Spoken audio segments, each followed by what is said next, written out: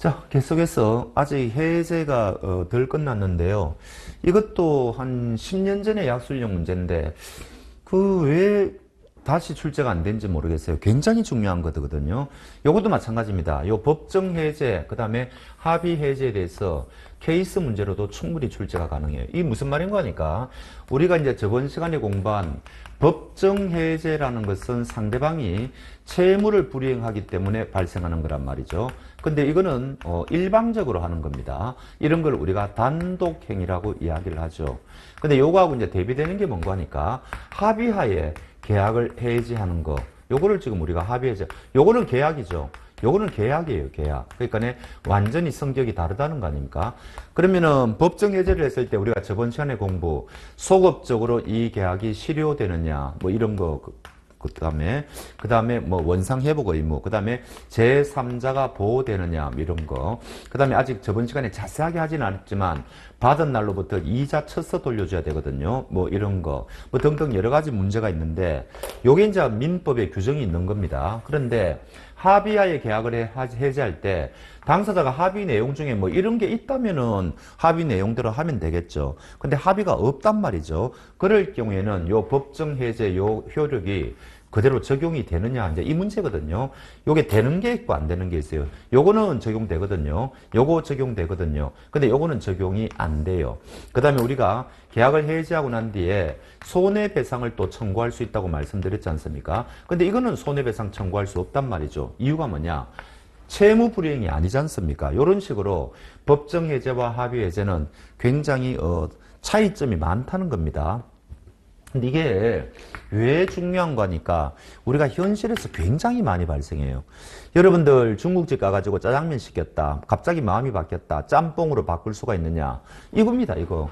합의하에 기존 짜장면 계약을 없애버리고 짬뽕으로 바꾸는 거거든요. 근데 만약에 제가 중국집 사장한테 바꿔달라고 했는데 사장이 지금 요리 들어갔다고 안 된다고 이러면 끝나는 거 아닙니까?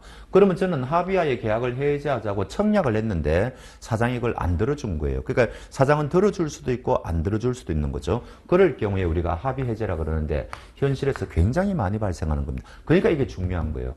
자, 그래서 법정 해제와 의, 그 다음에 효과상의 차이, 약술하시오. 굉장히 이제 유력한 문제가 되는 거죠. 그래서 이런 것도 평소에 좀 해놓으셔야 되고.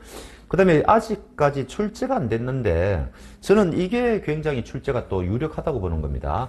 우리가 이제 저번 시간에 제가 말씀드리기로 계약을 해제했는데 이 해제가 적법한가 그거를 따져봐야 될 거 아닙니까? 근데 따질 때 이 계약을 해제하는 이 법정 해제의 경우에는 이행이 늦어지는 경우를 우리가 이행지체라 그러고 이행이 불가능한 경우를 이행불능이라 그러거든요. 그럼 지체의 경우에는 상대방이 아직 이행을 할 수 있는 그 가능성이 있으니까 요거는 반드시 상대방한테 독촉을 한번 해야 돼요. 최고를 한번 하고 난 다음에 그래도 상대방이 이행을 안 하면 이때 비로소 계약을 해지할 수 있단 말이죠. 근데 이거는 불가능한데 어떻게 최고를 합니까? 이거는 최고하는 게 의미가 없죠. 그래서 원래는 최고 한번 독촉을 하고 상대방이 이행을 안 할 때 계약을 해지해야 되는데 그럴 필요가 없는 경우가 있단 말이죠. 그게 어떤 경우냐? 그러니까 불능의 경우에는 당연하고요. 요거 이제 하나 적으셔야 되고 이행지체의 경우에도 이런 경우가 있습니다. 그래서 그런 것들이 우리가 정기행위라든지 뭐 이행 거절이라든지 뭐 이런 게 나오거든요. 이제 그런 것들을 또 평소에 정리를 좀 해놓으셔야 된다. 그런 말씀을 드리는 거죠. 하여튼 해제는 어렵고 굉장히 키포인트다. 작년도에 출제가 안 됐으니까 틀림없이 금년도에 어떤 형태로든 출제가 될 거예요. 여기까지가 계약 총론입니다. 자, 그럼 이제 계약 강론. 자, 이제 제가 서두에 말씀드렸다시피 뭐 매매라든지 임대차라든지 굉장히 중요한 것들이 많지 않습니까? 이제 그런 것들을 한번 보자는 이야기죠. 근데 이게 정려가 의외로 출제가 좀 자주 돼요. 왜냐하면 요 판례가 있거든요. 이 판례가 굉장히 의미가 있고 중요한 판례입니다. 그래서 이거는 앞으로도 출제가 가능하고 21년도에 출제가 됐으니까 이게 무슨 문제인 거니까 정려에만 있는 해제 원인이 요게 세 가지가 있습니다. 요 있네요. 세 가지. 요거를 약술하라. 그 다음 그 중에 하나를 여기서는 케이스 문제로 냈죠. 그래서 요거는 언제든지 2017년도에도 약술형으로 출제가 됐고 앞으로도 출제가 가능하다. 뭐 그런 거고요. 그 다음 요 케이스 문제도 또 나올 수가 있다. 뭐 그런 겁니다. 그래서 이게 555조 조문에 가보면은 서면으로 만들어 놓지 않았다. 그럼 굉장히 경솔하죠. 그러면은 계약을 해지할 수가 있고, 또 556조에 보면은 망은행이라 그래가지고, 아니 제가 저 사람한테 뭐 공짜로 주겠다고 하는데 저 사람이 저한테 배신행위를 하는 겁니다. 그럼 저는 약속을 지킬 필요가 없죠. 뭐 그런 거고요. 그 다음에 또 557조, 제가 저 사람한테 뭐 공짜로 주겠다고 했는데 주는 날 전에 제가 뭐 파산을 당했다든지 제가 그거를 줄 여력이 없어진 겁니다. 그럴 경우에는 계약을 없애야 되겠죠. 이런 걸 우리가 사정 변경 뭐 이런 말을 하는데, 그러면 이런 상태에서 우리가 이런 세 가지 경우에는 계약을 해지할 수 있거든요. 근데 이게 무슨 말인 거니까 굉장히 독특해요. 우리가 계약을 해지하면은 저번 시간에 원상 회복 의무가 발생한다 그랬죠. 처음의 상태로 이거 되돌려야 되거든요. 그런데 요 세 가지 경우에는 원상 회복 의무가 발생을 안 해요. 이미 만약에 상대방한테 넘어간 게 있으면은 그거 끝이라는 겁니다. 굉장히 독특하죠. 그러니까 이게 출제가 가능한 거죠. 이것도 마찬가지예요. 자, 어떤 사람이 했는데, 돈 좀 벌은 모양이죠. 그러니까 지금 80세가 됐는데, 아무 가족이 없이 홀로 생활하고 있다. 그러니까 상대방하고 이제 어떻게 하는 거니까, 종업원 을에게 뭐라고 얘기했는 거니까, 내 죽을 때까지 나를 좀 부양해다오. 그러면은 내가 너한테 토지 주겠다. 이런 식으로 하는 겁니다. 요런 계약을 우리가 뭐라고 이야기하는 거니까, 부담부 정려라고 그럽니다. 그러니까 우리가 정려 계약은 무조건 100% 공짜라고 생각하시는데, 이제 부담이라는 말은 약간 의무하고는 약간 다른데, 여러분들은 그냥 의무라고 생각하시면 돼요. 내가 그냥 나한테 100% 공짜로 주는 게 아니고, 너 내한테 뭐 좀 해주면 나도 공짜로 주겠다. 이런 거를 부담부 정리라 그럽니다. 부담부 정리. 그 일반 정리하고는 다르죠. 근데 이 애가 상대방한테 뭡니까? 토지 소유권까지 넘겨줬어요. 상대방한테 토지 소유권 넘겨줬습니다. 그건 이제 문제가 발생했죠. 첫 번째. 자, 요런 거를 뭐라 그러느냐. 이게 이제 부담부 정리란 말이죠. 두 번째는, 아니, 막상 넘겨주니까 상대방 을이 뭡니까? 약속을 안 하고 부양을 하지 않고 있다. 그럼 이거 어떻게 해야 되느냐? 이 할머니는 토지를 다시 찾아오고 싶은데 그 방법이 뭐냐? 이제 이게 뭘 묻는 문제인 거니까, 요 망은행에 가보면은 부양 의무를 불이행한다. 이런 게 나오거든요. 만약에 상대방이 부양 의무를 불이행하면은 그 계약을 해지할 수 있다. 근데 문제는 요 세 가지 경우에는 원상 회복 의무가 발생하지 않는다 그랬죠. 그러면 조금 전에 말씀드린 요런 경우에도 얘가 지금 부양을 하기로 했지 않습니까? 죽을 때까지 부양해 주기로 했잖아요. 그럼 요것도 여기에 해당되느냐? 요게 이제 키 포인트라는 겁니다. 그래서 여기 556조에 있는 부양 의무 불이행이라는 조문이 있는데, 요 부양 의무의 의미가 뭐냐? 요게 이제 판례가 있거든요. 그러니까 이거를 이제 케이스 문제로 냈겠죠. 이거는 뭐 언제라도 출제가 가능하고 또 출제가 가능하고 이런 판례거든요. 근데 우리 판례는 요런 경우는 여기에 해당하지 않는다 그랬습니다. 그럼 여기서 말하는 부양 의무는 뭐냐? 우리가 이제 가족법에 가보면은 굉장히 가까운 가족들 간에 부양을 해줘야 되죠. 나중에 자식은 이제 크면은 부모가 이제 여력이 없으니까 부모를 부양해야 되고 뭐 그런 게 나오지 않습니까? 그래서 여기서 말하는 부양 의무는 그거를 이야기한다는 거죠. 여기서 말하는 요 부양 의무를 말하는 게 아니다. 그럼 이거는 뭐냐? 이거는 일반 채무 불이행이에요. 일반 채무 불이행.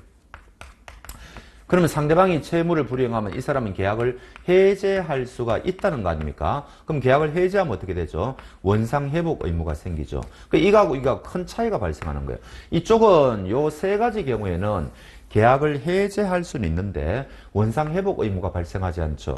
근데 요 경우에는 일반 채무 불이행으로 가면은 요 경우에는 계약을 해제했을 때 원상 회복 의무가 발생한다는 말은 그 준 물건을 찾아올 수 있다는 이야기입니다. 그러니까 이제 이거를 문제를 묻는 거예요. 다시 찾아올 수 있는 방법이 뭐냐? 그거는 요 부양 의무의 그 개념을 뭐라고 해석하느냐, 판례에 의하면 어떻게 해석하느냐, 그거를 묻는 문제예요. 근데 이거는 너무너무 중요한 거기 때문에 우리가 미리 예측을 다 하는 특 A급 문제거든요. 그러니까 이런 거는 충분히 우리가 예측이 가능하다. 그렇게 보시면 되겠습니다. 그런데 이거는 또 뭐예요? 자, 이제 을 명의로 이제 해가지고 갑에게 돌려주기로 약속했죠. 그런데 얘는 또 약속을 안 지키고 있다가 누구요? 병 앞으로 소유권을 넘겨줬다. 그럼 이때 병은 보호되느냐? 이게 바로 뭐예요? 계약을 해제했을 때 이때 이미 이해관계에 있는 제3자가 나타났을 때 그 사람이 보호되느냐? 그 문제잖아요, 이게. 그래서 갑은 병에게 가가지고 토지 소유권 돌려달라고 할 수가 있느냐? 이게 바로 조금 전에 보신 이 문제입니다. 이 문제. 계약을 해제했을 때 제3자가 보호되느냐. 그러니까 계약 해제는 어디하고도 다 연결해가지고 출제할 수 있거든요. 그거를 출제한 거예요, 그거를. 그러니까 이거는 평소에 계약 해제에 대해서 우리가 정리가 잘 돼 있으면은 굉장히 이 문제는 쉽게 이제 풀 수가 있다는 거죠. 하여튼, 이거는 결코 어려운 문제가 아니에요. 나중에 여러분들이 공부해 보시면 이거는 충분히 예측이 가능하다. 그렇게 보시면 되겠습니다. 자, 이제 그래서 우리가 정리 하나를 봤죠. 두 번째가 이제 굉장히 중요한 게 매매인데 이게 골치가 아파요. 왜냐하면은 이 매매는 포인트가 여러 가지가 있습니다. 이게 전반전하고 후반전으로 나뉘는데 전반전은 주로 뭘 물어보는 거니까 계약금과 관련되는 것을 물어봅니다. 근데 우리가 부동산 같은 경우에 뭐 부동산이 아니더라도 여러분들 뭐 계약금 걸 경우가 많을 텐데 어찌됐든 부동산 경우에는 우리가 계약금을 관행적으로 그 매매 가격의 10%를 매수인이 매도인에게 지급하거든요. 이게 부동산 매매 사례가 나오면은 계약금은 딱 항상 출제되게 되어 있습니다. 그래서 이런 식으로 계약금의 종류가 뭐냐? 세 가지가 있거든요. 이런 거 평소에 또 정리하셔야 되고.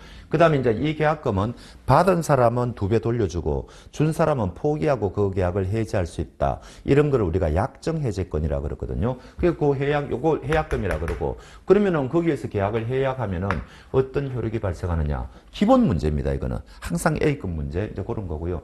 그 다음에 두 번째는 이거는 뭔가 하니까 계약금을 1억 원으로 약정했는데 3천만 원만 지급했다는 거죠. 그러면 이 계약금 중에서 일부만 지급되었을 때 법적 효력이 어떻게 되느냐. 이것도 특 A급 문제거든요. 그럴 경우에는 전부 다 이 판례 사례입니다. 그 다음 우리가 또 하나 봤죠. 중도금을 미리 지급하면 또 어떻게 되느냐. 요거는 우리가 아까 봤지 않습니까? 이런 것들이 전부 계약금과 관련해가지고 중요한 사례가 되는 겁니다. 그래서 계약금은 이거는 무조건 어떤 식으로든 다양하게 출제가 된다. 이렇게 감을 잡으시고. 그 다음에 사실은 계약금 말고도 과실의 기속이라 그래가지고 출제가 가능한 게 하나 있기는 있어요. 요거 예전에 간단하게 출제가 된 적이 한 번 있는데 워낙 매매는 중요한 부분들이 많기 때문에 저 문제는 상대적으로 좀 사소하게 느껴져요. 그래서 그거는 B급이나 C급의 형태로 취급되거든요. 무슨 말인가 하니까 제가 지금 이 부동산을 팔았습니다. 그럼 이제 좀 있으면 저 사람한테 넘겨주는데 아직 제가 임대료 받고 있다는 거죠. 그런 걸 우리가 민법 총칙에서 법정과실이라 그러지 않습니까? 그럼 법정과실은 누구에게 기속되느냐? 매도인의 것이라는 거죠. 아직까지 소유권이 안 넘어갔으니까. 근데 만약에 매수인이 대금을 완납해버리면 어떻게 되느냐. 그때는 매수인 거다. 이거 여러분들 어디서 공부했습니까? 저 앞에 민법 총칙에서 101조, 102조 과실, 원물 과실할 때 한 거예요, 사실은. 그때 이 판례가 나오거든요. 그게 출제 가능한데 요거는 어디까지나 B급, 한 C급 정도다. 그렇게 생각하시면 되는 거죠. 그래서 여기 이제 계약금이 교부된 법률관계고요. 그 다음에 후반전이 뭔가 하니까 이게 여러분들이 제일 어렵게 느끼는 담보 책임이라는 거예요. 근데 이거는 공부를 안 할 수도 없고 이 담보 책임이 자, 저 사람이 저한테 물건을 팔았으면은 소유권을 넘겨줘야 될 거 아닙니까? 근데 어떤 사정이 있어가지고 소유권을 못 넘겨줬다. 근데 어떤 경우에는 일부만 못 넘겨줬다. 아니면 어떤 경우에는 거기 처음부터 일부는 없는 권리였다. 굉장히 다양한 형태가 있거든요. 그게 5가지 형태가 있어요. 그래서 첫 번째는 권리를 넘겨줄 수가 없을 때 우리가 이거 권리에 하자가 있다. 이렇게 이야기하는데 이게 5가지가 있다고요. 물경. 그래서 이거는 약술형으로도 출제가 가능하고요. 케이스로도 다 가능해요. 근데 이때까지 제일 시험에 많이 나온 거는 타인 권리를 매매했을 때 요거 약술형 케이스 문제. 요게 이제 제일 많이 출제가 됐고 그 다음에 수량을 지정한 매매에 있어가지고 처음부터 이 물건은 일부가 없는 물건이다. 요걸 우리가 원시적 일부불능이라 그러죠. 요 2가지가 여기서는 제일 중요합니다. 근데 요 2번 그 다음에 4번, 5번, 요거는 이제 일부 타인 권리라는 거고, 그 다음에 요거는 이 부동산에 제한 물건이 있는 경우고, 요거는 저당권이 실행된 건데, 요런 것들은 상대적으로 중요하지 않고, 그야말로 요런 것들은요, C급이에요, C급. 그런데 혹시 출제자가 이런 것들을 약술형으로 출제할지 모르니까, 여러분들이 나중에 가가지고는 막판에, 좀 공부를 하셔야 됩니다. 이 담보 책임이라는 게 결국 뭐예요? 자, 지금 A가 지금 B에게 매매 계약을 체결했다. 그래서 이 사람한테 매매 대금을 한 10억을 건네줬다. 이 사람이 매도인이라는 거죠. 그럼 이 사람이 10억을 수령했다. 자, 그러면 이 사람한테는 저 건물 소유권을 넘겨줘야 될 거 아닙니까? 근데 건물 소유권을 못 넘겨주는 겁니다. 그게 이제 요 권리의 하자라는 거죠. 그게 유형이 5가지가 있다는 겁니다. 그러면 어떻게 해요? 얘가 그런데 건물을 못 넘겨준 게 얘가 아무 잘못이 없는 경우도 있어요. 외부의 제3자 때문에 이런 일이 발생할 수도 있는 거 아닙니까? 이제 그럴 경우에 A는 책임을 져야 되느냐? 무조건 책임을 져야 돼요. 왜? 자기는 10억 원을 받았기 때문에 요에 상응하는 뭔가를 상대방한테 넘겨줘야 되는데 이런 것을 우리가 유상계약의 등가성이라 그래요. 그래서 유상계약이라는 것은 서로 간에 가치가 똑같아야 된다는 거죠. 등가성. 얘가 10억을 줬다면 얘도 10억의 가치가 있는 건물을 넘겨줘야 되는데 이 아이가 건물 못 넘겨줬잖아요. 그럼 얘는 설령 잘못이 없더라도 무조건 책임을 져야 된다. 그걸 우리가 뭐라 그러느냐? 담보 책임이라고 한다는 겁니다. 그래서 요 매매 파트에 담보 책임이 나오고 나중에 도급에 가면은 담보 책임이 또 나오는데 물론 임대차에도 있고 그래요. 근데 시험에는 매매 아니면 도급에서 출제가 되는데 이 부분이 처음 공부하시는 여러분들한테는 제일 어려울 거다. 왜냐하면은 이거 전부 다 외워야 되거든요. 요럴 경우에는 어떤 거, 요럴 경우에는 다 외워야 되고 그중에 특히 신경을 써야 되는 거는 1번하고 3번이거든요. 요거는 굉장히 특 A급 문제로서 출제가 가능하고 나머지는 C급 문제다. 그렇게 이야기를 할 수가 있습니다. 자, 그러면은 이거 한번 봅시다. 계약금에 기하여 매매할 때 계약 또 나왔잖아요. 똑같은 거예요. 똑같은 거. 계약금의 법적 의미. 그러면 우리가 계약금이라는 건 뭐냐 이런 거고 아까는 이거 뭐예요? 계약금 중에 일부만 지급했다 그랬지 않습니까? 이럴 경우에는 어떻게 할 거냐 이제 그런 거죠. 자, 이거는 뭔가 하니까 얘가 2018년 5월 1일 중도금을 얘가 언제 지급하기로 했죠? 6월 1일 날 지급하기로 했죠. 근데 얘가 상대방이 한테 미리 중도금을 지불해버리는 거죠. 계약을 해약 못하게 하기 위해서. 그래서 5월 1일 날 갑을 만나가지고 중도금 3억 원의 지급을 위하여 자기합, 그럼 우리가 현금이 아니고 자기합 수표가 오랜만에 나왔죠. 근데 이거 현금 지급한 거 똑같지 않습니까? 그럼 이거 법적 성격이 뭐냐? 갑은 이때 이거를 수령을 거절할 수가 있느냐? 이거는 우리가 아까 했죠. 중도금 지급을 중도금 약정일자 이전에 미리 지급하는 게 가능하냐? 그 문제하고 똑같은 겁니다. 그러니까 또 반복되어서 출제되는 걸 알 수가 있죠. 그럼 이거 수령 거절하는 게 이게 안 된다는 거죠. 이거 거절하면 안 됩니다. 다른 특별한 사정이 없는 한 중도금 지급기일 이전에 이 사람이 소위 말하는 우리가 민법 총칙에서 공부한 기한의 이익이라는 것을 포기하고 미리 지급할 수가 있거든요. 그럼 이거는 정당한 거죠. 그러면은 이 사람은 매매 계약을 뭡니까? 갑은 나중에 2배 해지할 수가 있느냐? 못하는 겁니다. 이 사람이 수령을 거절한 게 그게 벌써 법을 어긴 거니까. 이런 식으로 이제 이 문제의 포인트는 뭐냐?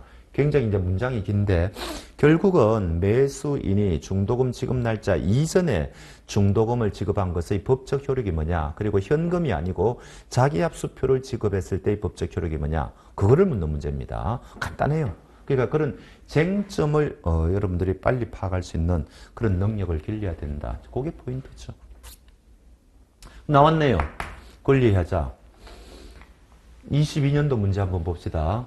X 토지가 갑 소유임을 알고 있는 어른 자신의 그러니까 어리라는 사람은 병에게 지금 부동산을 팔았는데 X 토지를 팔았는데 누구 거를 팔았습니까? 갑의 토지를 팔았다는 거죠.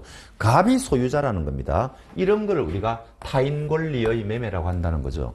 민법 총칙 공부할 때도 했죠. 타인 권리 매매가 얼마든지 가능하다 그랬습니다. 왜냐? 갑으로부터 이 부동산을 넘겨받아가지고 넘겨주면 될 거 아닙니까? 그런데 이게 안 됐죠, 아마.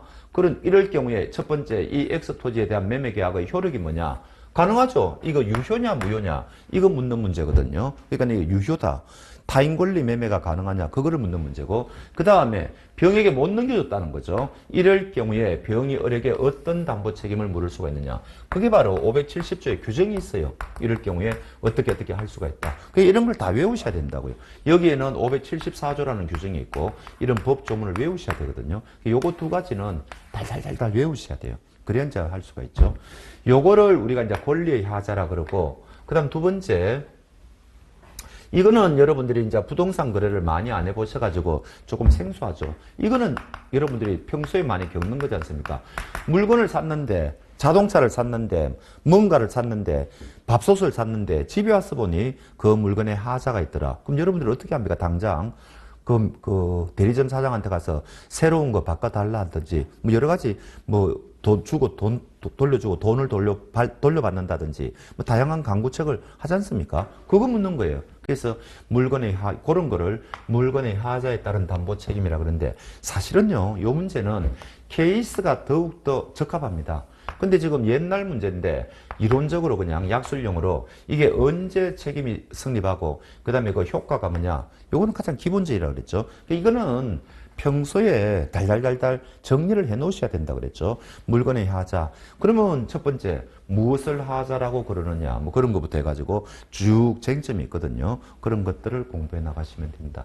그리고 아마 다음에 출제가 될 때는 케이스 문제로 출제될 가능성이 굉장히 높다. 그런 식으로 이제 봐지는 거죠. 자, 이제 이렇게 해가지고, 매매가 끝났습니다. 그래서 매매는 앞부분에서는 계약금이 너무너무 중요하고요. 뒷부분에서는 담보 책임이 너무너무 중요하다. 그렇게 보시면 되겠습니다. 자, 그 다음에 임대차가 나왔는데, 이게 사실은 제일 중요하다고 미리 제가 말씀드렸죠. 근데 이게 범위가 너무 넓어요. 우리가 민법상의 임대차가 있고, 특별법상의 임대차가 있거든요. 근데 이 특별법은 뭔가니까 주택 아니면 상가라는 이야기죠. 주거의 안전, 장사하시는 분들 보호해가지고 특별법을 마련했다. 그러면 특별법이 있으면 특별법 우선의 원칙에 의해서 특별법이 먼저 적용되고 법에 규정이 없으면 이제 일로 가는 거 아닙니까? 그래서 대개 보면은 특별법은 시험에 안 냅니다. 민법만 내거든요. 근데 우리 행정사는 요것도 시험 범위예요. 그러니까 골치 아파요. 그러니까 일단은 민법상의 임대차에서 우리가 이제 먼저 봐야 되고, 그 다음에 주택 임대차 보호법, 상가 임대차 보호법 이거를 봐야 되는데, 요 민법상의 임대차에서는 제일 중요한 게 뭐냐? 요거 3종 세트입니다. 비용 달라, 부속물 사달라, 지상물 사달라. 요게 이제 3종 세트거든요. 특히 요 지상물 매수 청구권은 너무 여러 번 출제가 됐어요.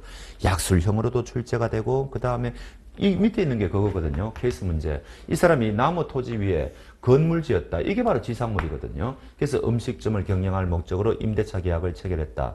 근데 계약서에 뭐라고 돼 있느냐? 기간 만료 시 갑은 건물을 철거하고 원래대로 회복해가지고 돌려준다. 이런 규정이 있다는 거죠. 이게 이제 가능하냐? 그거 설명하라는 거 아닙니까? 근데 이건 너무 쉬운 문제예요. 무슨 문제인 거니까. 요 부속물 매수 청구권하고 지상물 매수 청구권이라는 것은 요게 강행 규정이거든요. 그러니까 요 법하고 다른 합의를 할 수가 없다. 근데 요거는 임의 규정이거든요. 그래서 요거를 공부할 때 요 부분 하나만 정확하게 아셔도 이렇게 했다고 이 사람 건물 철거할 필요가 없다는 거죠. 이 약정은 무효니까.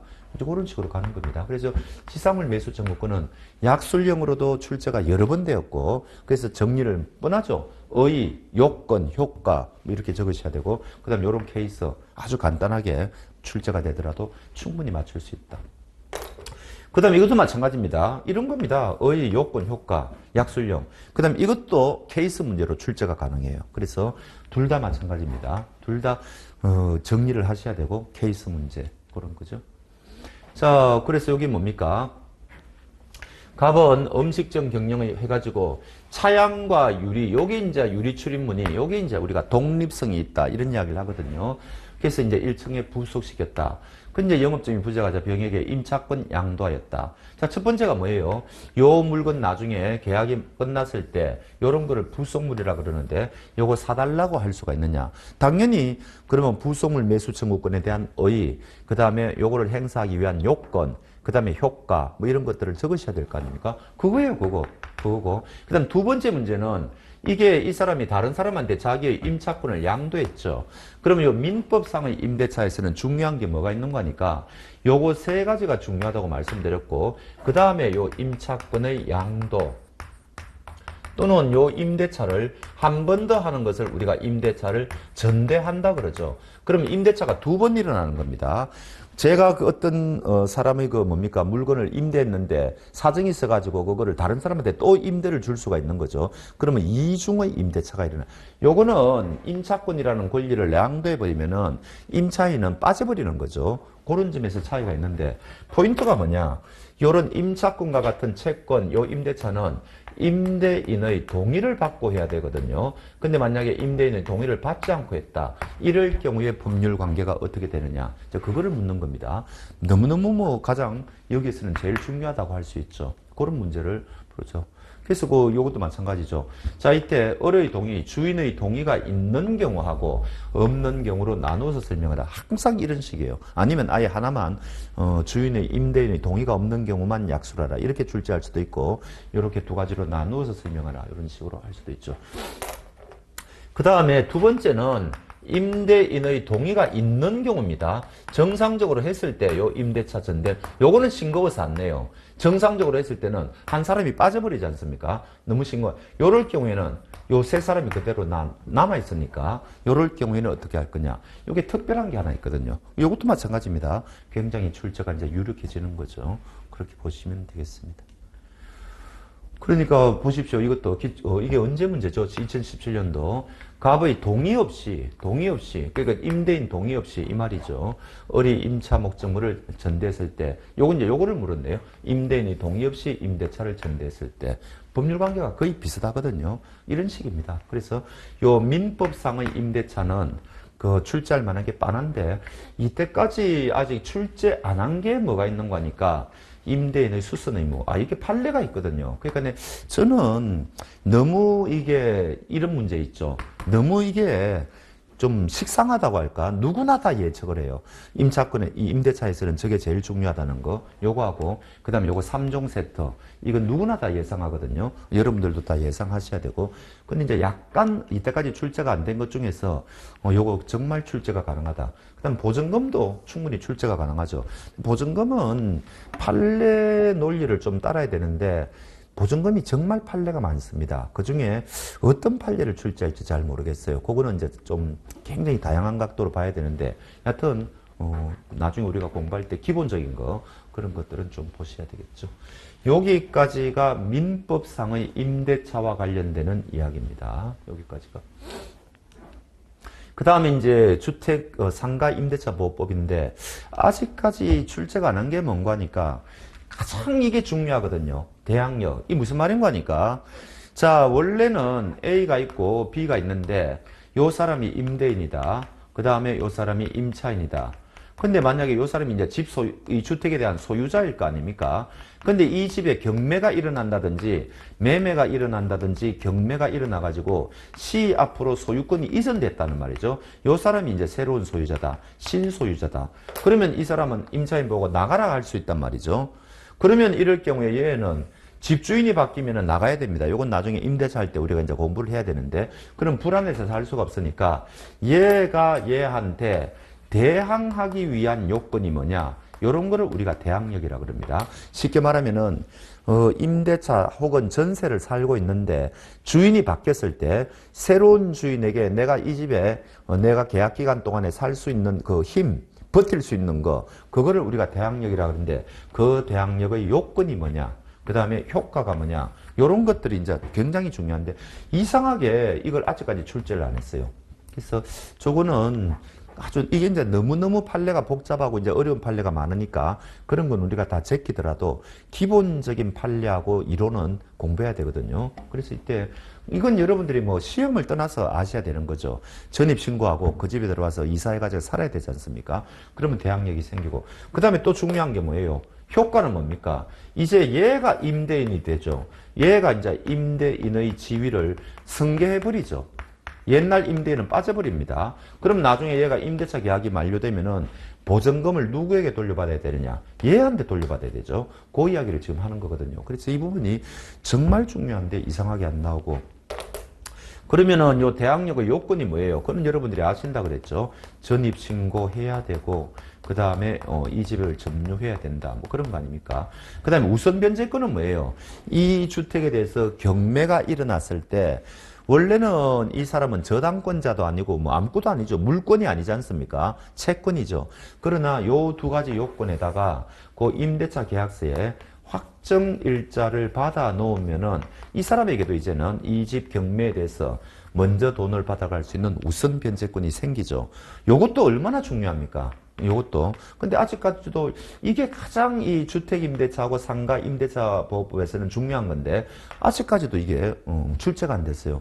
그래서 이거는 워낙 판례가 다양하고 그래서 그런지는 모르겠지만은 기본적인 거는 정리하셔야 됩니다. 그리고 근데 이제 문제는 작년에 임대차에서 케이스 문제가 출제가 되었어요. 그런데 케이스 문제가 출제될 때 항상 여기서 케이스 문제가 출제되었거든요. 근데 24년도에는 여기서 케이스 문제가 출제됐어요. 상가에서. 이거는 처음 있는 일입니다. 이때까지는 특별법에서는 문제가 어떤 식으로 출제됐는가 하니까 전부 약술형으로 출제가 됐어요. 뭐 계약갱신 요구권에 대해서 약술하라. 뭐 임차권 등기 명령 제도에 대해서 약술하라. 뭐 이런 식으로 그 묵시의 갱신 조금 전에 뭐 있었을 것 같은데 요 있네요. 임차권 등기 명령도 약술하라. 뭐 이런 식으로 돼 있었고 그 다음에 요것도 계약갱신이죠. 그 다음에 여기도 보십시오. 요게 이제 금년도 요거는 21년도 약술형 문제죠. 요 계약갱신 요구권 정말 중요한 거거든요. 이게 금년도에 케이스 문제로 나왔단 말이죠. 여기에서. 그래서 작년에 임대차에서 케이스 문제가 출제되었기 때문에 아마 여러분들 시험 칠 때는 케이스 문제는 임대차에서 안 나올 거예요. 그런데 약술형 문제는 나온단 말이죠. 그럼 약술형 문제가 어디서 출제될지는 알 수가 없고 요거는 안 나오겠죠. 작년에 출제가 됐으니까 그런 겁니다. 자, 금년도 문제 한번 보실까요? 어떤 식으로 출제가 됐는지. 예전에 출제되었던 요 계약갱신 요구권이 뭔가 하니까 이 사람이 처음에 2008년도에 처음에 여기 대해서 상가에 대해서 지금 계약을 시작했지 않습니까? 근데 지금 현 시점이 언제예요? 2023년, 벌써 10년이 지났죠. 상가의 경우에는 10년이 지나버리면은 더 이상 계약갱신 요구하자고 할 권리가 없습니다. 계약갱신 요구권은 주인이 나가라고 했을 때 이 상가에 세던 임차인이 한 번만 더 계약을 갱신하자 요구할 수 있는 권리거든요. 그럼 한 번은 더 연장이 될 수 있어요. 그런데 10년이 지나버리면 안 된다는 겁니다. 그거 묻는 거예요. 그게 너무너무 간단하죠. 이거는 10년이 지나버렸네. 그거만 알면은 간단하게. 그러면 이제 어떻게 답안을 쓰느냐? 뻔하죠. 계약갱신 요구권의 의, 요건, 그 다음에 등등 뭐 부차적인 거 쓰고, 그 다음에 당사안의 경우에는 어쩌고 저쩌고 해가지고 계약갱신 요구권이 인정되지 않는다. 이거 틀린 분은 아무도 없을 거예요. 너무 기본적이고 쉬운 문제가 돼가지고. 그 다음에 이제 요게 조금 어려웠죠. 요게 이제 1번이 이제 그 이야기고, 그 다음에 2번이 뭔가 하니까, 자, 이때, 뭡니까? 권리금하고 요거하고 연결한 거예요. 그래서 원래는 이제 권리금이라는 것은 임대인은 임차인에게 절대로 권리금을 반환하는 게 아니죠. 절대로 주는 게 아닙니다. 임차인이 다른 사람한테 새로 이제 임대차 계약을 하면서 거기서 권리금을 받아가는 거죠. 이때 임대인이 그거를 방해하면 안 돼요. 그걸 우리가 뭐라 그러는 거 하니까 임대인의 권리금 횟수 기회보호라고 그럽니다. 여기 이제 법에 명문으로 되어 있거든요. 근데 이 경우에는 뭔가 하니까 이 사람이 지금 계약갱신 요구권을 행사할 수가 없죠. 10년이 지났기 때문에 쫓겨나는 겁니다. 이럴 경우에도 요 임대인의 권리금 횟수 보호제도가 적용되느냐 요거를 묻는 거예요. 임차인이 보호되느냐. 계약갱신 요구권이 거절되었을 때 이때도 임차인은 권리금을 회수할 기회가 주어지느냐. 굉장히 어려운 문제예요. 그런데 요거는 판례가 있어요. 그러니까 요 사안은 판례를 아는 분은 푸는 거고 판례를 모르는 분은 못 푸는 겁니다. 그렇다고 하더라도 그러면은 요 20점에 대해서 빵점 받느냐? 그렇지는 않죠. 여기 대해서 이제 권리금이라는 게 뭐냐? 권리금의 개념, 그 다음에 언제 임대인의 권리금 회수 기회, 그 임차인은 언제 임대인으로부터 권리금 회수를 보호받을 수가 있느냐. 여기 법에 다 조문이 있거든요. 그게 다 요건이고 그래요. 이건 평소에 우리가 정리해 놓는 거니까 그거를 다 적으시고. 그럼 이제 판례를 모르니까 이 사안의 경우에는 이게 어떻게 되는지를 이거는 둘 중 하나죠. 보호된다, 보호되지 않는다. 둘 중 하나인데 그건 자기가 이제 생각을 해 적는 겁니다. 근데 설령 그 판례를 모른다 하더라도 점수를 반은 맞을 수 있다는 거죠. 권리금의 개념이나 다른 일반적인 이야기를 적으면. 그러니까 작년도 문제는 요거 하나가 조금 어려웠을 뿐이지 나머지 이 문제 너무너무 쉬운 문제고 약술형 나머지 세 문제가 전부 우리가 평소에 예상한 문제가 다 나왔습니다. 그러니까 작년도는 굉장히 민법이 편하게 출제가 되었고 아마 앞으로도 그래 되지 않을까 저는 그렇게 생각합니다. 그 이전 문제가 너무 어려웠던 거죠, 한번. 그래서 그건 정말 제가 보기에도 어려운 문제였는데 작년도에는 다행히 굉장히 쉽게 출제가 되었다. 그런 말씀을 드립니다. 그 다음 계속해서 임차권 등기 명령이라는 게 있죠. 이것도 마찬가지죠. 준 케이스 문제죠. 이 주인이 보증금을 안 돌려준다. 나는 이사를 가야 되는데 그럼 이사 가버리면 어떻게 되느냐. 아까 말씀드린 요 대항력 요건이 있죠. 요 대항력. 요 뒤에 있구나. 요거. 대항력. 이게 없어지지 않습니까? 이사를 가버리면. 그러니까 이 사람은 이러지도 못하고 저러지도 못하죠. 이럴 경우에 법에서 임차권 등기 명령 제도라는 것을 만들어 두었단 말이죠. 그러면은 이게 뭐냐? 왜 이런 제도가 필요하냐? 취지, 그 다음에 의, 요건, 효과 이런 식으로 적어 나가야 된단 말이죠. 이것도 평소에 우리가 충분히 연습을 해 놓는 거다. 그런 겁니다. 그 다음에 이거 옛날 문제. 역시 권리금. 그러니까 2019년도에 출제가 되고 작년도에 또 출제가 됐지 않습니까? 5년 만에 이런 식으로 문제가 돌아서 돌고 돈다는 이야기죠. 요거는 약술형으로 출제했고 작년도 문제는 케이스 문제로 출제됐고 그래서 요게 이제 여기까지가 이제 임대차인데 여하튼 임대차는 금년도에는 아마 틀림없이 여기서 작년도에 케이스가 출제되었기 때문에 여기에서 약술형이 출제가 되든지 여기에서 약술형이 출제되든지 틀림없이 아마 약술형으로 출제될 가능성이 굉장히 높다. 저는 그렇게 예상을 합니다. 도급은 조금 말씀드릴 게 있으니까 조금 쉬었다는 게 낫겠네요. 이번 시간에는 여기까지 하도록 하겠습니다. 수고하셨습니다.